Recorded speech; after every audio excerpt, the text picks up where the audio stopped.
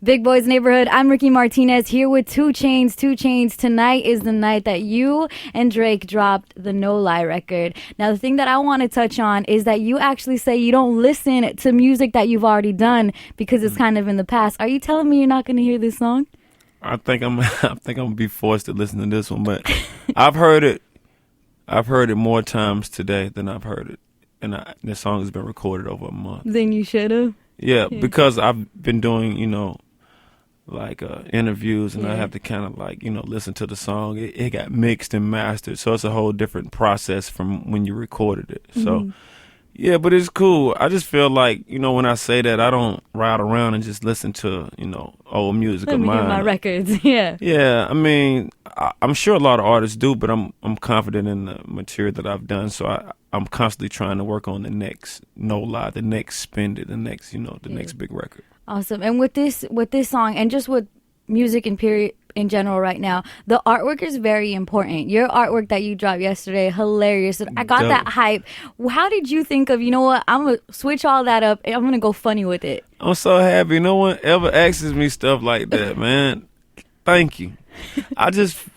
My mind is like, everybody has, something, about them or whatever. So with me, I like forms of art, and I like different forms of art and expression, period. And all of it ties into music. And so, when it was time to do the artwork, I actually drew it, and they redrew it for me because I'm not the best artist in the world. But just trying to paint the picture that's in my head is hard to explain sometimes. And so I just knew I wanted it to be, this chick and this kid and this whole thing, you know what I mean? I even wanted to tweak the fonts a little bit, but I'm still pleased with what came out, and I'm glad you noticed it. It definitely got attention, 2 Chainz. Thank you. And I gotta tell you, with this whole everybody kind of saying 2 Chainz is the next one, he's an overnight success. Like the phrase goes, it takes a lifetime to be an overnight success. You've been here for a while. You've had features with Yeezy, Wayne, B.O.B., like people beforehand, besides these Nicki Minaj's and these Drakes. Now, what do you think of this just all of a sudden? I want to say it's a broader audience that gets to know you now rather than just the top dogs knowing you. Yeah. With me, I was just trying to figure out how to connect the dots with the fans. I had a lot of respect within the hip-hop community with my peers. They respected my fashion sense. They respected my point of view. I don't laugh at jokes that are not funny.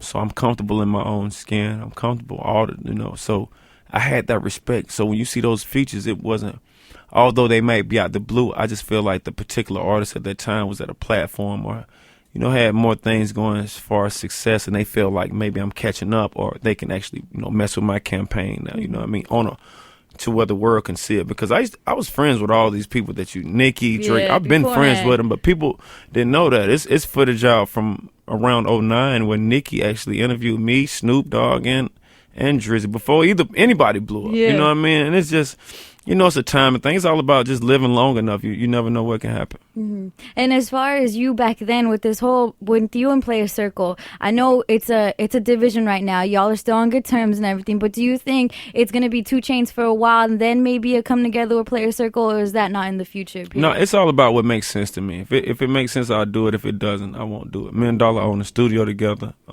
I saw him yesterday. I had a video shoot. We talk all the time. But it's about what makes sense. We're grown. We have families. It's time to do what makes sense. And, with me, 2 Chainz is just, it's at an undeniable point right now. I get phone calls from people that I've been fans of for years that are actually fans of me, which is like nostalgia, Now, when you talk about your style and how people are really recognize it, you have a daughter. Do you think that passes on to her by any chance? Oh, yeah. She has a great personality. She's full of energy. She's very articulate. She expresses herself in all type of ways. But she's a girly girl, and I appreciate that. She sits with her legs crossed. She enjoys her iPad. She enjoys leapfrog reading. It's all about letting kids be kids.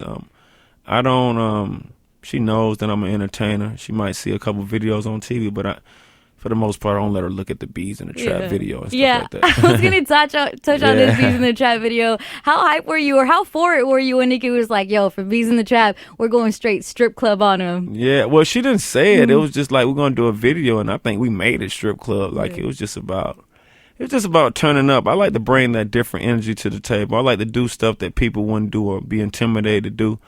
Like I said, I feel super comfortable with myself. I'm comfortable with Nicki, so I wanted to get close to her and just portray that and show that on camera. Lastly, the features that you've had on songs, the people that you've worked with, are other artists like it's their goals in their career to work with already. As far as the things that you have your sights set on for yourself, what are you looking to do in the future?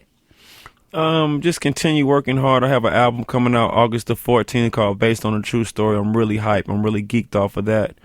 Off of that, I plan on trying, you know, I know a lot of people say this, but I actually, you know, take steps. I plan on trying to do a short film and having a soundtrack for that. I have a lot of vision, a lot of ideas that I want to articulate for a film.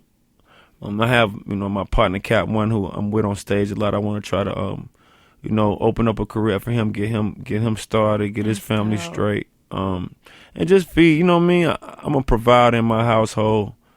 I like when my mom smiles and things like that. So for me, it's just about moving forward. And my friend just hit me with this today, and I'm just gonna pass it on about something that his family taught him about.